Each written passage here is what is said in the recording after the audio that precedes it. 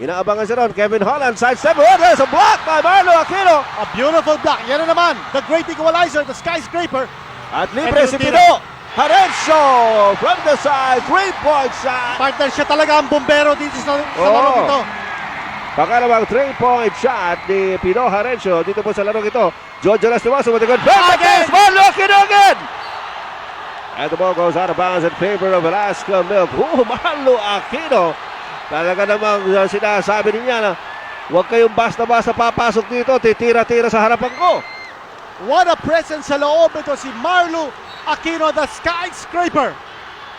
Ayan po ang scoring by quarters. A big 32-point explosion by Gordons in the second period.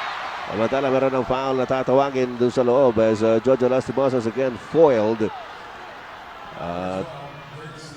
Si Vince Sison natatawagan ng kanyang pang-apat na personal foul at pangalawang team foul ng Gordon's Gin.